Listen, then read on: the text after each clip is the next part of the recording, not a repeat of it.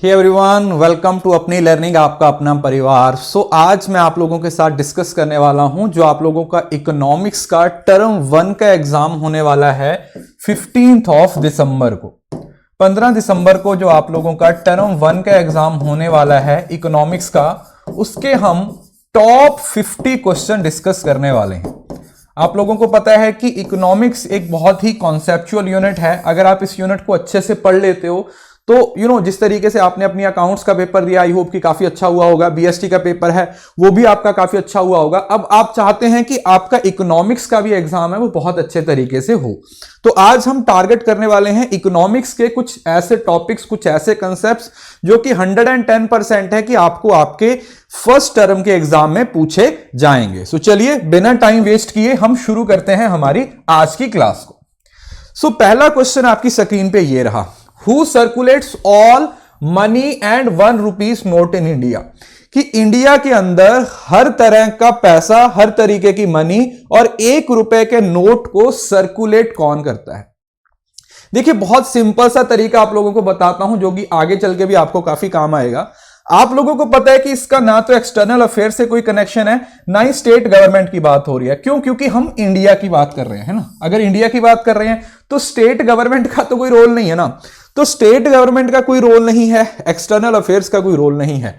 तो या तो इसका आंसर मिनिस्ट्री ऑफ फाइनेंस होना चाहिए या फिर आरबीआई होना चाहिए। आरबीआई इसका आंसर नहीं है, इसका आंसर है मिनिस्ट्री ऑफ फाइनेंस। जितना भी मनी है और 1 रुपये के जो नोट है उसका सर्कुलेशन का काम किसके द्वारा किया जाता है बच्चे? उसका मिनिस्ट्री ऑफ फाइनेंस के द्वारा किया जाता है। आई होप कि ये पहला क्वेश्चन आप लोगों को क्लियर होगा। Second question, which of the following is the apex bank of India? India का जो बैंकिंग सिस्टम है, ठीक है, जितना भी बैंकिंग का सिस्टम है हमारा, उसको किसके द्वारा कंट्रोल किया जाता है? एपेक्स का मतलब होता है टॉप, जो सबसे ऊपर है, मतलब जिसके द्वारा सबको रेगुलेट किया जाता है। जितने भी हमारे बैंकिंग सिस्टम है किसके द्वारा रेगुलेट किया जाता है? आरबीआई, एसबीआई, एसबीपी या फिर पीएनबी। इसका जो सही आंसर है that is RBI, reserve bank of India. ठीक है जी, reserve bank of India. Reserve bank of India इसका सही आंसर है। आरबीआई है वो हमारे पूरे बैंकिंग सिस्टम को देखता है। पूरे बैंकिंग सिस्टम का जैसे बोलते हैं ना कि एपेक्स बॉडी है। हर ऑर्गेनाइजेशन का जो हमारे जैसे हमारा फाइनेंशियल स्ट्रक्चर है उसके अलग अलग सेक्टर्स के लिए अलग अलग बॉडीज बनाई गई हैं। तो जब बात आती है बैंकिंग की तो बैंकिंग में सबसे ऊपर कौन है? Reserve bank of India. Clear है जी। चलिए next question is the ratio of total deposits की वो ratio that a commercial bank has to keep with RBI. मतलब जो कमर्शियल बैंक्स होते हैं, जो लोन्स देते हैं, जो प्रॉफिट मोटिव के लिए काम करते हैं, उनका जो टोटल डिपॉजिट होता है, सपोज करो ये उसका टोटल डिपॉजिट्स है, उसका इतना हिस्सा, कुछ हिस्सा उसे आरबीआई के पास रखना पड़ता है कैश की फॉर्म में। उस रेशो को क्या नाम दिया जाता है? SLR, DR, cash reserve ratio या फिर लीगल रिजर्व रेशो। यहां पर दो कंसेप्ट है, मैं आप लोगों को दोनों समझाऊंगा। पहले हम इस क्वेश्चन का आंसर देखते हैं। इस क्वेश्चन का आंसर है reserve ratio, cash reserve ratio. Cash reserve ratio आपके टोटल डिपॉजिट्स का, जो आपकी टाइम एंड डिमांड लायबिलिटीज होती हैं, उसका एक पोर्शन होता है जो आपको आरबीआई के पास रखना पड़ता है। ये रेट है वो मॉनेटरी पॉलिसी के अकॉर्डिंग बाई मंथली चेंज होता है। 4%, 4.5%, 5%, ये इस तरीके से चेंज होता रहता है। और ये आपकी जो नेट टाइम डिमांड जो डिपॉजिट्स होते हैं उनका रेशो होती है कि इतना पैसा, इतने परसेंट, 4% आपको आरबीआई के पास रखना पड़ेगा। मतलब अगर टोटल डिपॉजिट्स आपका 100 है और 4% आपकी सीआरआर है तो इसका मतलब 4 रुपए आपको कैश की फॉर्म में किसके पास रखने पड़ेंगे बेटा? आरबीआई के पास रखने पड़ेंगे। और यहीं पे आता है आपका स्टैट्यूटरी लिक्विडिटी रेशो। ये भी बिल्कुल इसी तरीके से काम करती है, बट इसमें डिफरेंस क्या होता है? पहली बात तो इसके लिए कैश की फॉर्म में रखना जरूरी नहीं है, और दूसरा ये वाला जो रेशो होती है वो आरबीआई के पास नहीं रखी जाती है, बैंक अपने पास रखता है। ठीक है जी, तो दोनों का डिफरेंस आई होप कि आपको क्लियर हो गया होगा। Next question, the function of money. Money के फंक्शन से क्वेश्चन है, बिल्कुल बेसिक क्वेश्चन है। Medium of exchange, measure of value, store of value या फिर all of the above. Money के फंक्शन से क्वेश्चन पूछा जा रहा है। आई होप कि बिल्कुल क्लियर होगा कि ये सारे ही मनी के फंक्शंस हैं। पैसे को यूज किया जाता है मीडियम ऑफ एक्सचेंज। देखो सबसे मेन टास्क तो जो मनी का है वो एक्सचेंज के लिए ही है, एक्सचेंज करने के लिए यूज किया जाता है बच्चों। दूसरा वैल्यू को मेजर करने के लिए और स्टोर, वैल्यू को स्टोर करने के लिए भी इसका इस्तेमाल किया जाता है, right. Next question, credit multiplier is, credit multiplier क्या होता है? सिंपल सा फॉर्मूला है, डेफिनेटली आपने इस फॉर्मूले को पढ़ रखा होगा ना। तो देखो कैश और सीआरआर के साथ तो इसको डायरेक्ट रिलेट नहीं करते, ये डायरेक्ट आपका सीआरआर के साथ रिलेटेड होता है, या मैं आपको ऐसा बोलूं कि जो ये फॉर्मूला होगा that is basically reciprocal of CRR. क्या होता है? रेसिप्रोकल ऑफ सीआरआर, सीआरआर के ऑपोजिट होता है, ठीक है। रेसिप्रोकल आप इसको बोल सकते हो, रेसिप्रोकल से आप इसको क्या कर सकते हो, याद रख सकते हो। Next, reserve bank of India was established in, देखिए 2-3 स्टैटिक पोर्शन है जो यहां पर आप लोगों को पूछा जाता है। रिजर्व बैंक बना कब था, कौन से कमीशन के बेसिस पे बना था, वो कमीशन कब आया था, या इसको नेशनलाइज कब किया गया था। तो ये चारों डेट्स आप लोगों को पता होना चाहिए, 1930, 1935, 1949, इस तरीके से ये सारी डेट्स वो आपको याद होनी चाहिए। अभी यहां पर पूछा जा रहा है कि इसको एस्टेब्लिश कब किया गया था, तो रिजर्व बैंक ऑफ इंडिया को कब एस्टेब्लिश किया गया था, दैट वाज इन 1935 में, और 49 में नेशनलाइज। उसके बाद तो इसकी पूरी हिस्ट्री है वो आप लोगों को पता होगी। Banking Ombudsman Scheme was announced in the year. Banking Ombudsman Scheme was launched in the year. कौन से ईयर में पूछी गई थी? बैंकिंग ombudsman स्कीम है वो 1995 में आई थी, 1995 में आई थी, पहली बात तो ये। दूसरा आपको ये भी पता होना चाहिए कि ये स्कीम बेसिकली है क्या। आप लोगों को पता है कि इंडिया के अंदर कोई भी सिस्टम में आप चले जाओ, वहां पर रिड्रेसल का सिस्टम है वो बहुत सही नहीं है, चाहे वो कंज्यूमर कोर्ट में चले जाए, चाहे वो किसी और लीगल अथॉरिटी के पास चले जाए। उसी तरीके से बैंकिंग में भी ये सिस्टम है वो ज्यादा सही नहीं था, तो उस चीज को सही करने के लिए इस स्कीम को लॉन्च किया गया था, ताकि जो कंप्लेंट्स हैं, जो रिड्रेसल्स हैं, उनको जल्दी सॉर्ट किया जा सके। 14 big scheduled commercial banks in India was nationalised, were nationalised. जो नेशनलाइजेशन का प्रोसेस था वो कब शुरू हुआ था? वैसे तो आप आरबीआई की नेशनलाइजेशन के साथ इसको रिलेट कर सकते हो, but if we are talking about कि यार कॉमर्शियल बैंक्स के साथ नेशनलाइजेशन कब शुरू हुआ था, तो उसमें 2 ईयर्स बहुत इंपॉर्टेंट है। पहला 1969 जब 14 बैंकों को नेशनलाइज किया गया था, देन 1980 जब 6 और बैंक्स को क्या किया गया था, नेशनलाइज किया गया था। तो ये 11-12 साल के टाइम के दौरान टोटल 20 के करीब बैंक्स को क्या किया गया था, नेशनलाइज किया गया था। तो ये सबसे फर्स्ट स्टेप था, या जहां से इसकी शुरुआत हुई थी 1969 में। 1969 में 14 कॉमर्शियल बैंक्स को क्या कर दिया गया था, नेशनलाइज कर दिया गया था, या ये बोल दीजिए कि गवर्नमेंट ने अपने कंट्रोल में उनको ले लिया था, और वो काफी बड़े बैंक थे। Next, high powered money. High powered money है जो बेसिक आपकी सर्कुलेशन वाली, मतलब इसका भी फॉर्मूला ही आप लोगों को याद रखना पड़ेगा। इसमें बेसिकली हमारे पास डीडी नहीं आते हैं, इसमें पैसा वो आता है जो करेंसी की फॉर्म में है, जो रिजर्व की फॉर्म में है, और other deposits with the banks, ठीक है जी। तो जो आपकी करेंसी है वो इसमें इंक्लूडेड रहेगी, दूसरा जो भी रिजर्व्स होते हैं वो इंक्लूडेड रहेंगे, और अदर ड्राफ्ट्स हैं वो इसके अंदर इंक्लूडेड रहेंगे। तो C+R+OD is known as high powered money. Next is which of the following is narrow measures of money supply. आप लोगों को पता है कि मनी सप्लाई के 4 पैरामीटर हैं, 1, 2, 3, 4, जिसकी शुरुआत होती है वो M1 होती है, और इसी वजह से इसको नैरो मेजर्स ऑफ मनी बोल दिया जाता है। जो बेसिक सर्कुलेशन में मनी रहती है, कमर्शियल बैंक्स के साथ है, कैश की फॉर्म में रहती है, वो M1 के अंदर आती है। इन चारों के फॉर्मूलेस इंपॉर्टेंट हैं, क्यों? क्योंकि आपको फॉर्मूले को बेस बना के भी क्वेश्चन पूछा जा सकता है, और आप लोगों को इस तरीके से भी क्वेश्चन पूछा जा सकता है, समझ रहे हो ना। आपको या तो इनकी डेफिनेशन से क्वेश्चन पूछा जा सकता है कि M1, M2, M3, M4 क्या होता है, और दूसरा क्वेश्चन क्या बनता है, वो आप लोगों को इस तरीके से डेफिनेशन देके पूछ सकता है, या फिर इसको ऊपर देके डेफिनेशन नीचे पूछ सकता है। क्वेश्चन किसी भी तरीके से पूछा जा सकता है, बट अगर आप लोगों ने इसको पढ़ रखा है तो फिर मुझे नहीं लगता कि आपको इसमें ज्यादा दिक्कत आए। Next question, Why does RBI fix the inflation target? Inflation का मतलब क्या है, जब प्राइसेस बहुत ज्यादा बढ़ जाते हैं, तो उसको फिक्स करने के लिए आरबीआई उसको टारगेट क्यों करती है। देखो इकोनॉमी के लिए दोनों ही सिचुएशंस खराब है, चाहे इन्फ्लेशन हो रहा है चाहे डिफ्लेशन हो रहा है। इसी वजह से जो आरबीआई है उसको एक ऐसा क्राइटेरिया फिक्स करना पड़ता है कि चीजों को स्टेबलाइज किया जा सके, चीजों को फिक्स किया जा सके। तो इन्फ्लेशन टारगेट रखने का मतलब ही ये होता है कि हम इकोनॉमी को क्या करना चाहते हैं, we want to stabilise the economy.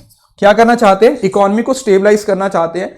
हम जो देख रहे हैं हमें उतनी चीजें नजर नहीं आती हैं जितनी आरबीआई के द्वारा, गवर्नमेंट ऑफ इंडिया के द्वारा की जाती हैं। हमें लगता है कि सरकार ने ये डिसीजन है वो बहुत गलत लिया है, बट अल्टीमेटली अगर आप लॉन्ग टर्म में देखते हो या उनको एक फाइनेंशियल व्यू पॉइंट के अकॉर्डिंग देखते हो या इकोनॉमिक्स के व्यू पॉइंट से देखते हो, तो आपको पता चलेगा कि ये जो डिसीजन आज हमें लग रहा है कि सरकार ने गलत लिया है, आने वाले टाइम में इसका लॉन्ग टर्म बेनिफिट होने वाला है। सो ये इन्फ्लेशन टारगेट रखने का पर्पस यही होता है कि हम इकोनॉमी को क्या करना चाहते हैं, स्टेबलाइज करना चाहते हैं। Money that is issued by the authority of government is called, वो पैसा जो अथॉरिटी ऑफ गवर्नमेंट के द्वारा इशू किया जाता है उसको कौन सी मनी का नाम दिया जाता है, फुल बॉडी, क्रेडिट, फियाट या फिड्यूशरी। आई होप कि सब बच्चों को पता होगा। This money is basically known as fiat money.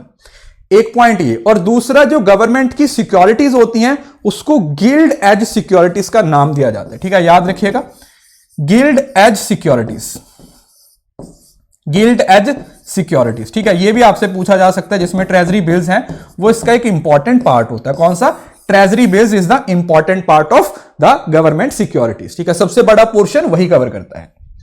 Next question, which of the following is not a quantitative method, इसमें से कौन सा क्वांटिटेटिव मेथड नहीं है। देखो ओएमओ तो स्टार्टिंग में जब आप मेजर्स पढ़ते हो ना दो, कि ये क्वालिटेटिव है और ये क्वांटिटेटिव है, तो क्वांटिटेटिव में सबसे पहला आप ओपन मार्केट ऑपरेशंस ही देखते हो जहां पर गवर्नमेंट के द्वारा डायरेक्ट ओपन मार्केट में सिक्योरिटीज की सेल परचेस की जाती है।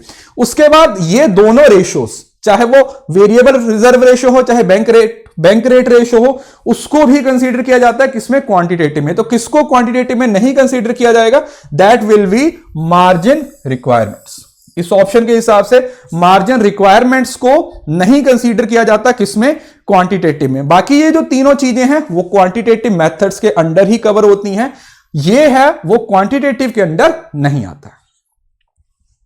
Next question, which of the following is not a function of central bank. Central bank लिखा है, अपेक्स बॉडी लिखा है, आप लोगों ने क्या याद रखना है कि we are talking about RBI, reserve bank of India के बारे में हम क्या कर रहे हैं, बात कर रहे हैं। Bank facilitates to government, lending to commercial bank, bank facilitates to public और लैंडिंग टू पब्लिक। आप एक बात दिमाग में रखिए, जो आरबीआई है वो बैंक्स के साथ भी डील करेगी, वो गवर्नमेंट के साथ भी डील करेगी, मगर आरबीआई का कोई भी कनेक्शन नहीं है पब्लिक के साथ। अगर आपको लगता है ना कि पब्लिक डायरेक्ट आप आरबीआई के पास जाओगे, बोलोगे थोड़े से पैसे दे दो, तो वो नहीं देंगे। क्यों, क्योंकि आरबीआई आम पब्लिक के साथ डील ही नहीं करती है। सो लैंडिंग टू पब्लिक जो होगा that will be the answer. क्यों, क्योंकि वो गवर्नमेंट को लैंड नहीं करते हैं, गवर्नमेंट को पैसा नहीं देते। Next is inflation to be, if inflation is to be combated the RBI. अभी मैंने आप लोगों को बताया था इन्फ्लेशन का मतलब क्या है, प्राइसेस बहुत ज्यादा बढ़ गए हैं। अगर उसको कंट्रोल करना है तो बहुत सिंपल सी बात है कि हमें मनी सप्लाई को इस तरीके से कंट्रोल करना पड़ेगा ताकि जो बैंक्स के साथ, जो बैंक्स के पास पैसा है उसको क्या किया जा सके, कंट्रोल किया जा सके, उस सप्लाई को कम किया जा सके। तो उसके लिए क्या करेंगे, हम सीआरआर और एसएलआर दोनों को क्या कर देंगे, रेस कर देंगे। ठीक है, और सीआरआर क्या है, एसएलआर क्या है, ये मैंने आपको अभी थोड़ी देर पहले बताया। Next, when government spends more than it's collected by way of revenue it incurs.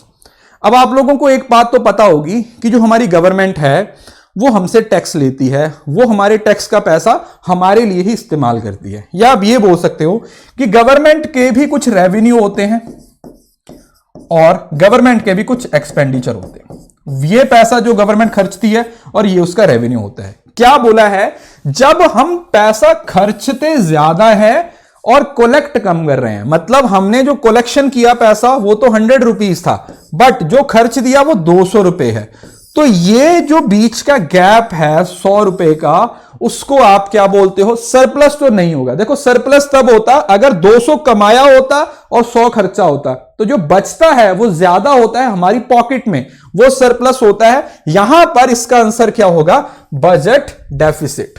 क्यों, क्योंकि ये बेसिकली डेफिसिट है, गवर्नमेंट के द्वारा पैसा कमाया कम जा रहा है बट खर्चा ज्यादा जा रहा है। इसका मतलब क्या है कि हमारी गवर्नमेंट है वो डेफिसिट में जा रही। Next, the fiscal deficit is the difference between the governments total expenditure and it's total received excluding. दोनों का एक मतलब बेसिकली आप लोगों को एक फॉर्मूला पूछा जा रहा है कि जो हम फिस्कल डेफिसिट निकालते हैं उसमें हम एक्सपेंडिचर और टोटल रिसीव्ड को निकाल देते हैं, बट उसमें कौन सी चीज इंक्लूडेड नहीं होती है। आई होप कि आपने बजटिंग में ये बहुत डिटेल में पढ़ा होगा। दैट इज समथिंग बोरिंग्स, ठीक है, बोरिंग्स इसका पार्ट नहीं होता। देखिए ये डेफिसिट वाला जो चैप्टर है, बैलेंस ऑफ पेमेंट है, ये बहुत ही इंपॉर्टेंट चैप्टर है। क्यों, क्योंकि ये चैप्टर आपको यहां पे भी हेल्प करेगा। आगे आप अगर आप सीए में जाना चाहते हो, वहां पे भी किसी भी प्रोफेशनल कोर्स में जाओगे, बीकॉम, एमकॉम, यूजीसी नेट, हर जगह पर यह कंसेप्ट आपका साथ चलने वाला है। The amount collected by the government in the form of interest, fees and dividend is known as. वो सारा पैसा जो गवर्नमेंट के द्वारा इंटरेस्ट, फीस और डिविडेंड की फॉर्म में रिसीव किया जाता है उसको क्या नाम दिया जाता है, tax revenue received, capital received, non tax revenue received या none of these. So right answer is non tax revenue received. ठीक है, सिंपल क्वेश्चन था, मुझे नहीं लगता कि आपको इसमें ज्यादा कोई दिक्कत होने वाली है। सीधा डायरेक्ट क्वेश्चन था, डेफिनेशन से ये क्वेश्चन आपसे पूछा गया। Next, what is the annual statement of government fiscal revenue and fiscal expenditure known. अभी आप लोगों को बताया है कि एक साल के दौरान गवर्नमेंट कुछ पैसा कमाती है और फिर उसमें से कुछ खर्च करती है। ये जो पैसा आया और पैसा खर्चा, इसका जो ब्यौरा बनता है, इसकी जो स्टेटमेंट बनती है, उसको हम कौन सा बजट बोलते हैं, that is known as fiscal budget. कौन सा बजट बनता है बच्चा, फिस्कल बजट बनता है, और इसी में आपका डेफिसिट आता है और इसी में आप लोगों का सरप्लस आता है। पैसा सरप्लस में भी हो सकता है और डेफिसिट में भी हो सकता है। अगर कमाया ज्यादा खर्चा कम तो इसका मतलब सरप्लस हो गया, हमारे पास पैसा ज्यादा है। बट अगर कमाया कम और खर्च ज्यादा दिया तो इसका मतलब हम कहां पे चले गए हैं, डेफिसिट में चले गए हैं, कटोरा वाली सिचुएशन में। Next, financial year in India is April 1 to March 31। But अभी ये रिसेंटली चेंज हुआ है। आपके पेपर के पॉइंट ऑफ व्यू से आपने यही याद रखना है। आरबीआई का एक न्यूज सर्कुलर आया है, उसमें इसमें कुछ चेंजेस के बारे में बताया गया है। ठीक है, वो आपको डेफिनेटली जो आगे का एग्जाम होगा शायद वहां पे उस चीज की इंप्लीमेंटेशन होगी। फिलहाल यहां पे वो आपसे नहीं पूछा जाएगा। ठीक है, तो ये तो सिंपल क्वेश्चन था। अकाउंटिंग ईयर जैसे आपका बोल सकते हो। Which is the component of budget, इसमें से कौन सी चीज है वो बजट का पार्ट है, रिसीप्ट एंड एक्सपेंडिचर। बजट में होता क्या है, बजट एक क्वांटिटेटिव टर्म है, एक क्वांटिटेटिव चीज है जिसमें आप क्या करते हो, आप प्रिडिक्ट करते हो कि यार इस चीज के लिए इतने पैसे की जरूरत है, इस चीज के लिए इतने पैसे की जरूरत है। हम अपने घर में भी बजट बनाते हैं। ठीक है, आप अगर आपके पास पॉकेट मनी आप लोगों को सपोज करो 1000 मिलती है एक महीने की, तो आप 1000 के हिसाब से क्या सोचते हो कि अच्छा यार ये काम करना है, 1000 के हिसाब से मैंने इस पैसे को खर्चना है। उसमें आपके अपने खर्चे भी होंगे, पेट्रोल का खर्चा भी होगा, सहेली के चॉकलेट्स भी होंगे ना, और भी बहुत सारी चीजें होंगी। तो वो भी एक तरीके से बजट ही है। बजट हमेशा क्वांटिटेटिव टर्म में बनता है। और आपको पता है फेब के महीने में आप थोड़ी सी ज्यादा पॉकेट मनी बोलते हो अपने मम्मी पापा को। क्यों बोलते हो, अगर पता है तो कमेंट्स में बताइएगा। तो जो भी आप बजट बनाते हो उसमें दोनों चीजें आती हैं, चाहे कमाया गया हो, रिसीव्ड हो, चाहे खर्च किया गया हो। सो बजट में दोनों चीजें आ जाएंगी बच्चे, बजट एक्सपेंडिचर भी आ जाएगा और साथ में बजट रिसीट भी आ जाएगा। Next, if primary deficit is 3500 and interest payment is 500, the fiscal deficit is. Formula क्या होता है, अगर मैं फिस्कल डेफिसिट का ही फॉर्मूला यहां पे निकालूं, या आप ये समझ लीजिए कि इंटरेस्ट लेस होता है, तो ऑपोजिट डायरेक्शन में जाके वो क्या हो जाएगा, ऐड हो जाएगा, क्योंकि वो भी आपकी क्या है, पेमेंट है। क्या लिखा हुआ है, इंटरेस्ट पेमेंट मिल नहीं रहा बेटा, इंटरेस्ट दिया जा रहा है और 3500 रुपए तो हम ऑलरेडी डेफिसिट में चल रहे हैं। तो टोटल डेफिसिट क्या हो जाएगा 3500 प्लस 500 दैट विल बी 4000। 3500 जो आपका प्राइमरी डेफिसिट है और साथ में जो इंटरेस्ट पेमेंट आपकी है वो, इन दोनों को ऐड कर देंगे तो आपका आंसर क्या बन जाएगा, that will be your primary that will be your fiscal deficit, जो टोटल डेफिसिट का पार्ट बने। Next question, the trade of visible and invisible is known as.